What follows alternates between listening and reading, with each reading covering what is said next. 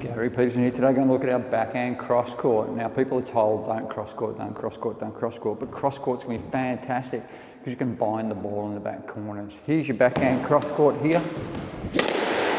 Okay, so what you'll find at hit target, which is what it does, and we'll talk about target firstly.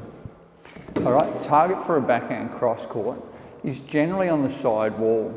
So it's going to be around about this line. And if you can get it within half a racket height, so somewhere around about there, so a foot up the wall or about there, anywhere in that zone on the side wall, if you can get the ball to land roughly on the racket head, it's perfect, and even slightly deeper, which is fine. If you can land it there, what happens? The ball bounces twice really quickly. So the outcome will just die, and it'll be really difficult for your opponent to get it back. They have to be really active on the ball, and they have to take the ball really early. So we're going to go from here, there, and we're going to hit that spot. Right, so what happens, what you saw is you saw an outcome, or two outcomes that were pretty much spot on the target outcome. Now that's not a fluke, it just happens automatically because you get used to where the court is. It's like when the ball's here, I can go bang, and that's just where the nick is because you hit it that often that you know roughly where it is. Now while that wasn't perfect, it's pretty good. While that wasn't perfect, it's pretty good. All right, so you'll generally get a pretty good outcome of roughly around about the right sort of area every time. Now there's a few other things going on. I didn't have the big swing and I didn't have the big follow through, so there was none of this turning that you see a lot of people doing, although that still went pretty well and it still went to target. You can do that swing, and that swing's only used when you're really early on the ball and you just want to destroy your opponent and get on a rising ball after they've popped the drop shot up, let's say. So then the body turn doesn't matter, nothing matters. So you can hit it however you like, as long as you get it there fast. So there's room for that swing, which is a big excessive body turn, which is what beginners tend to do. Advanced players, what they do is they will use deception. Okay, so this is a stock standard cross court that I'm talking about. You should put deception in your cross court every shot, and there's a reason for that. What happens is your opponent is roughly around about here. Well, they should be somewhere here. Now that movement there with the one shuffle there covers everything almost to here. So it's a really quick movement on their forehand side, which is their dominant side. So you need to make sure you can get the ball there. Now if I put a little bit of deception, it takes the anticipation out. It takes the early movement out. So it takes this bit here, that bit there, it takes that out. So all of a sudden they move late and then it's already gone. So all I'm doing with deception is trying to stop the volley, that's it. So when the ball comes here, that swing there, each one of those will generally hit pretty close to target, if not target, because it's just what happens. But that little bit of deception will actually do the job. Now let's look about what I did. I've turned my wrist back. So I've turned my wrist right back and the swing goes like this, almost. So that's a little bit awkward, and it's a little bit funny to say that I'm hitting the ball like this. I'll lose a little bit of power, but there's the punch power. Remember punch power? Punch power is this. Whoops, the ball's getting really cold really quick. Where you just touch it and it goes. So that's your punch power. And this is quite good to warm the ball up again. All right, that'll warm it up again. All right, so it's the punch power. So I'm just going to touch it. So here, no, really didn't get onto that one. That'll happen every now and then. I'll show you all of my bad ones as well. Here, there, and I just touch it. So you just need to get that punch power. So the punch down the wall off the touch is just to touch the ball. I've just got to drop my shoelace. All right, so with that you just touch the ball, wrist back. Now the next component is I want to sell the story that I'm going down the wall.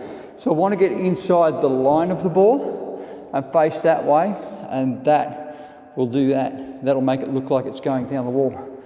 So when I go around there, that will do the job nicely.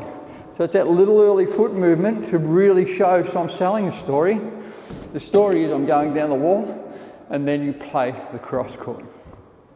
All right, it's a little bit different from around about this area of the court. What happens is you have to use a little bit more body, so you've got to come off the ball when you strike. So the ball will be here, and you will pull it across. So I've pulled my body across to get that one in and get it across. So I haven't turned around, I haven't done this and done that. I've actually pulled back and got it across. So when you get to this sort of area, you need to use the court, because I can't do this up here. I can't pull it back here, I can't pull it back here. It's much harder to do because I have to come off the ball, I have to flow. So here I can use my body motion and I can pull back. So when that's there, you can pull back and you'll get a wide outcome, pretty much to target, and it will go quite well. So from back here, you should only be cross-courting if you can hit the ball hard, because the ball takes so long to get there. You start to go slow, unless you lob, of course, but then you're lobbing to the forehand where people are quite capable. So here, don't go cross-court from back there unless you can hit the ball hard. It's just one of the rules that you do. That means you need to take the speed out. You can use deception on the back, or the other area you can go from the back court is when it's really wide, because you've got width. Because you've got width through here, you can go cross court really well there with that wrist again. So you can use that wrist on that cross court if it's really wide, because the threat of the drive means they've got to cover that side, which I'll leave that open. So there are your times you can do it. That's how you do it. This one here is usually off a late ball and it hits target again, usually just before second bounce with deception. So the other one with the big body turn is the rising ball attack, full body attack on the ball. That's fine, you can do that no trouble at all.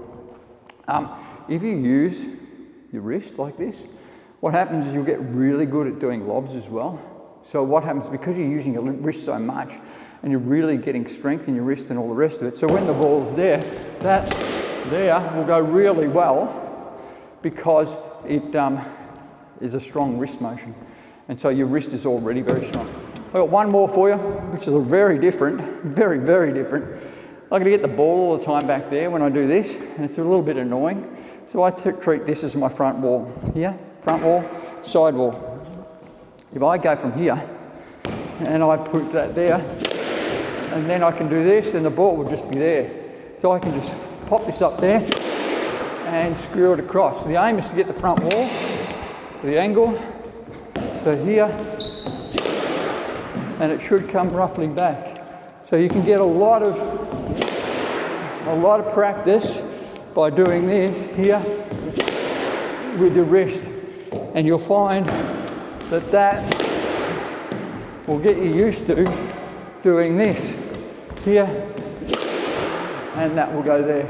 So you just get used to it. You can get better at it, and as the ball's warm, because I talk too much, but as it stays warm, you'll find you can just touch it a little bit easier. If it's a warm ball, you can do this really simple, and it goes extremely well, and it's a really good part of your game, because that thread there is too open. They have to cover that. So that means it's going to open up the cross court, and so it becomes like a bit of a weapon. There you go, backhand cross court. I can't emphasize enough, put a bit of deception in. Better players, once they get really good, the difference between awesome players and just extremely good players is deception. So start putting deception in your shots now, build it, and you'll just get used to it. You'll be able to put a heap of power into it once you get your wrist strong, forearm strong, elbow strong, shoulder strong, and then you'll never look back.